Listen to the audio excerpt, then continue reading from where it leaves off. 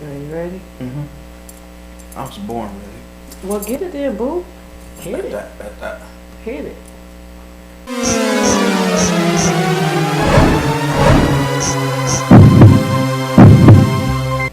What's up, young couples?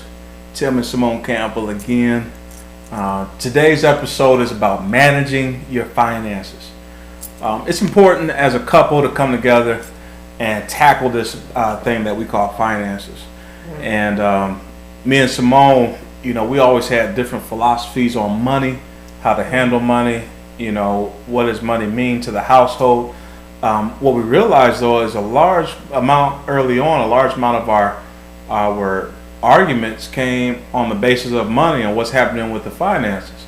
And a lot of couples argue or become stressed out, or they argue, or they do a lot of discussion topics around money and finances. So we wanted to do one on how to manage your finances as a couple. Not how to, but lessons that we've learned. Right. We'll do 5 lessons that we learned on dealing with our finances together. Right. And number 1 would be establishing a baseline. Coming to the table with a common ground. Yeah, and that baseline always moves for us. But one thing is that that baseline represents, what does this mean to you? What does it mean for me? And that may change week to week. That may change month to month. But we both got to be on the same page as married couples to say, if one couple is constantly spending and if one spouse is constantly spending and the other spouse is trying to save, there's always going to be a disagreement about, okay, you're spending, you're taking money out the house, I'm trying to keep money in the house. Right. And so if there is not a baseline to say this is what we're working towards, then it's always going to be a controversy. So number 1, keep that baseline, that common ground of this is what we're working towards, this is what we're trying to establish, this is the baseline for what we have to, what finances mean to us.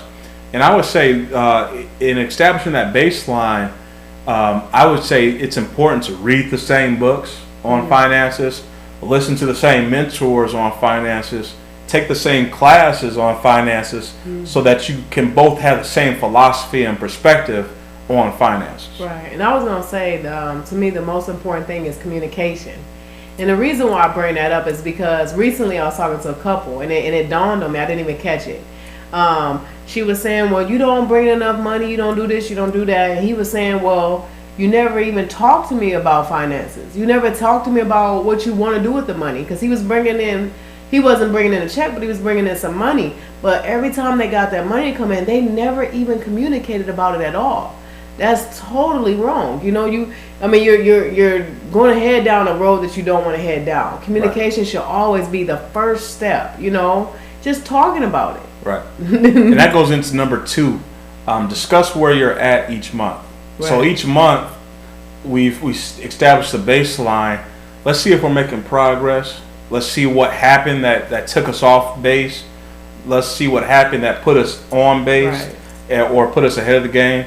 And so we can make adjustments each month. And that should happen on a regular basis. So even if it's on a week-to-week basis or a month-to-month basis, at least we're talking about it.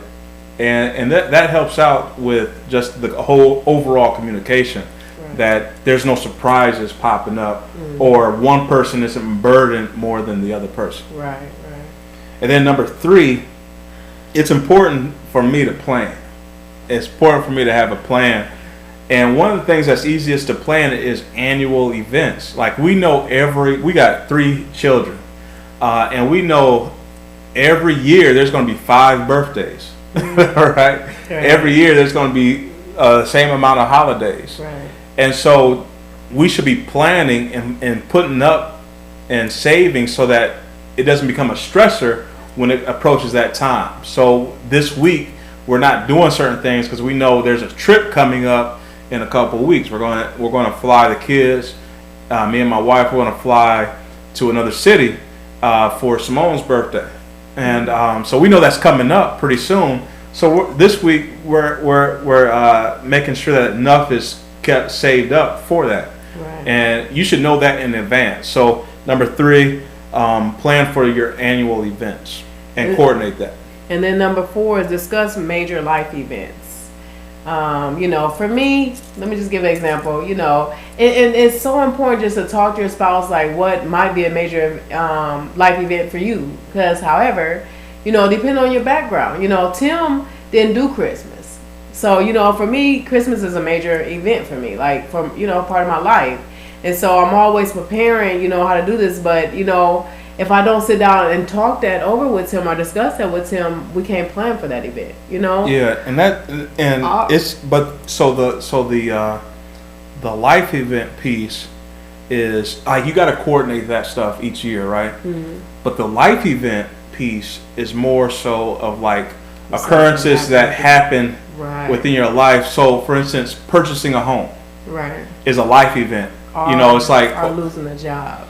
Or losing a job, an emergency fund, or retirement is coming up. That's in the life event. These are things that you guys are going to think about, but it may not happen that year. This could be a 10-year, a 5-year plan, a 10-year plan, a 20-year plan. There's certain things that's going to happen along the way. We have 3 kids. They're going to go to college. Mm-hmm. We know that when that's going to happen. So what are we doing? How are we discussing both the short-term stuff that's going to happen, but also those long-term events? Let's make sure that we have a plan and we're discussing that, talking about it, and we're on the same page. So then I'm not going to just throw away money. I know that I have to be wise and make wise decisions in order to prepare for that. Right. And a lot of times, I can justify me doing something if it relates to a life event.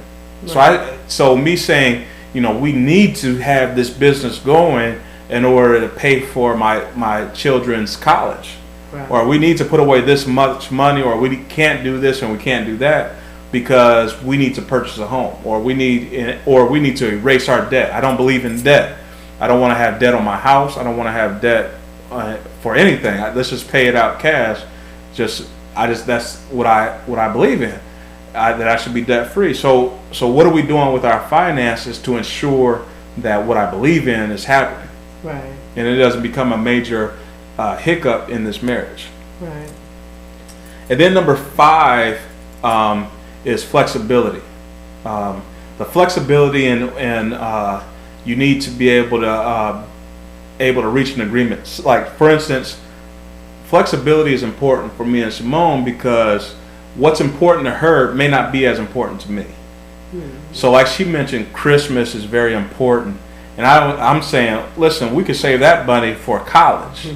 College is coming up for the kids, so let's skip Christmas. And so it's important for me to be flexible in my standard because and make adjustments with each other and not be stubborn on certain facts. So with finances, don't allow finances and money to cause a divorce. Their love is a lot stronger than money. So don't allow money. Don't be so stringent on your money principles that you fall out with your mate. Be flexible and be willing to work with each other. Right. Oh, I have nothing to say. He did a good job. All right, to the next video. All right, bye-bye.